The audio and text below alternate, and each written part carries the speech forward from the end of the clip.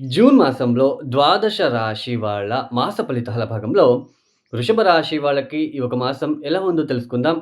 దానికన్నా ముందు ఎవరైతే ఈ వీడియోని చూస్తున్నారో లైక్ చేయండి, షేర్ చేయండి, సబ్స్క్రైబ్ చేసుకోండి. మరియు ఈ ఒక మాసంలో గ్రహ సంచారం ఎలా ఉందో తెలుసుకుందాం.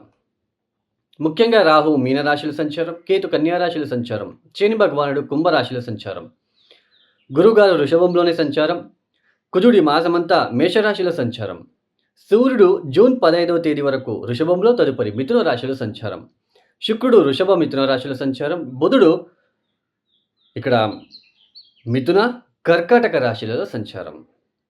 ఈ ఒక గ్రహ సంచారం రీత్యా వృషభ రాశి వాళ్ళకి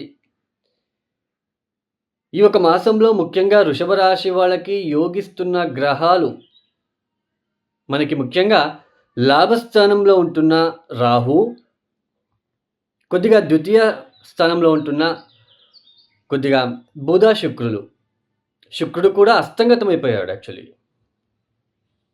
అంటే ముఖ్యంగా కొద్దిగా మనకి అనుకూలిస్తే బుధుడు, తర్వాత రాహువు, తర్వాత ఇక్కడ దశమాధిపతి దశమ స్థానంలో ఉండడం కూడా, శని కూడా మనకి ఉద్యోగంలో ఆయన మంచి ఫలితాలు ఇస్తాడు అని చెప్పుకోవచ్చు. మెయిన్ రాహు యొక్క బలం అనేది ఎక్కువగా ఉంటుంది ఈ ఒక మాసంలో.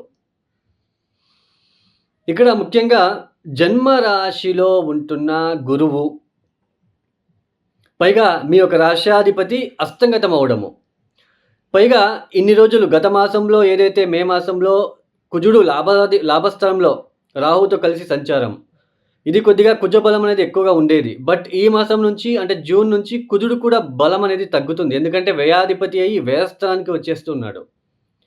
ఇక్కడ జన్మంలో గురువు, మనకి రాశ్యాధిపతి కూడా అస్తంగతం అవడము.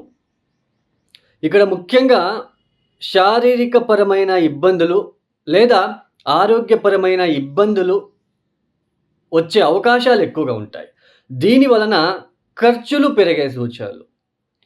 అంటే ఆరోగ్యపరమైన ఇబ్బందులు వచ్చినప్పటికీ మనకి అక్కడ ఖర్చులు, మనకి ఆరోగ్యపరమైన అంటే డాక్టర్ దగ్గరికి వెళ్ళడము, సో ఏదో ఉంది అన్నట్టుగా భావించడము, సో ఇవన్నీ కూడా ఉంటాయి.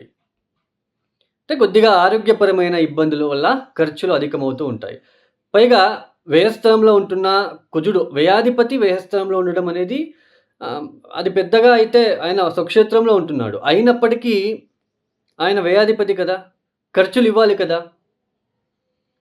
సో మీకు ఆదాయానికైతే ఎటువంటి ఇబ్బంది ఉండదు. ఎందుకంటే దశమస్థానంలో శని ఉన్నారు, లాభస్థానంలో రాహు ఉన్నారు.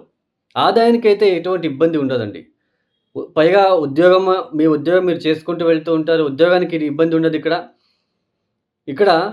తర్వాత ఇక్కడ మనకి రాహువు కూడా లాభస్థానంలో ఉండడము, మీరు చేసే వృత్తి చేస్తూ ఉంటారు, జీతం వస్తూ ఉంటుంది. బట్ ఆదాయ మార్గాలు పెరిగే సూచనలు తక్కువ ఉంటాయి, బట్ ఖర్చులు ఎక్కువ ఉంటాయి. ఇది ముఖ్యమైన అంశం. పైగా శని కూడా వ్యయస్థానాన్ని చూస్తూ ఉన్నాడు. ఇక్కడ ఏంటి అంటే కొద్దిగా ఉద్యోగపరమైన అంశాలలో కొన్ని ప్రయాణాలు చేసే అవకాశాలు కూడా ఉంటాయి. అయితే ఇక్కడ మనకి ద్వితీయ స్థానంలో బుధుడు ఉంటున్నాడు, తర్వాత తృతీయానికి వెళ్ళిపోతాడు. మనకి ఆదాయానికి అయితే లోటు ఉండదు. సో కుటుంబపరమైన కూడా పెద్దగా కుటుంబంలో కూడా ఇక్కడ కలిసి రావడానికి అవకాశాలు తక్కువ ఉంటాయి. బట్ కొన్నిసార్లు మంచి మంచి భోజనాలు చేసుకోవడానికి అవకాశాలు ఉంటాయి. సో కొన్ని శుభకార్యాలకు వెళ్ళడము, వేరే ఎవరిదో ఫంక్షన్స్కి వెళ్ళడం లాంటివి, లేదా మంచి మంచి హోటల్లో వెళ్ళి భోజనం చేసుకోవాలనుకోవడము, సో ఇట్లాంటి వలన కూడా ఖర్చులు ఏర్పడుతూ ఉంటాయి. సో ఈ యొక్క మెయిన్ వృషభ రాశి వాళ్ళు ఇంకొకటి గుర్తుపెట్టుకోండి, అష్టక వర్గ బిందులో చూసుకోండి. మీ ఒక జన్మజాతకం చక్రంలో ఇప్పుడు జన్మరాశిలో గురువుగారు ఉంటున్నారు. ఆ జన్మరాశిలో గురువుగారు మీ జన్మజాతకంలో గురువు ఎన్ని పాయింట్స్ ఇచ్చాడు చూడండి. 0, 1, 2 కనుక ఇచ్చి ఉంటే మరీ ఇబ్బంది ఉంటుందండి. 3, 4, 5 ఉన్నప్పుడు ఇబ్బంది పెట్టినప్పటికీ వాటిని తట్టుకునే శక్తి కూడా వస్తుంది. సో మెయిన్ అది కూడా మీరు చూసుకోవాలి. ఇక్కడ సంతానం పరంగా కొద్దిగా ఆలోచన పెరుగుతూ ఉంటుంది కొన్నిసార్లు. సో ఇవన్నీ అండి చూసుకోవాలి మీరు. సో మొత్తానికైతే ఈ యొక్క వృషభ రాశి వాళ్ళకి కాస్త మిశ్రమ కాలం అనే చెప్పుకోవచ్చు. ఈ వృషభ రాశి వాళ్ళు తప్పనిసరిగా చూడండి, కంటిన్యూ ఒక 21 డేస్ శనగలని నానబెట్టేసి బెల్లంతో కలిపి ఈ యొక్క గురువారం మీరు ఫిక్స్ చేసుకోండి. గురువారము మీరు ఫిక్స్ చేసుకొని ఆ రోజు మీరు తప్పనిసరిగా ఎద్దులకి తినిపించండి. శనగలు, బెల్లం కలిపి ఎద్దులకి తినిపించండి. ప్రతిరోజు శివ సహస్రనామం చదువుకోవడానికి ప్రయత్నం చేయండి. గురువారం పసుపు నీళ్ళతో అభిషేకాలు చేయించుకోవడానికి ప్రయత్నం చేసుకున్నట్లయితే వచ్చే ఇబ్బందుల నుంచి బయటపడొచ్చు. అలాగే హనుమాన్ చాలీసా చదువుకోవడానికి ప్రయత్నం చేయండి.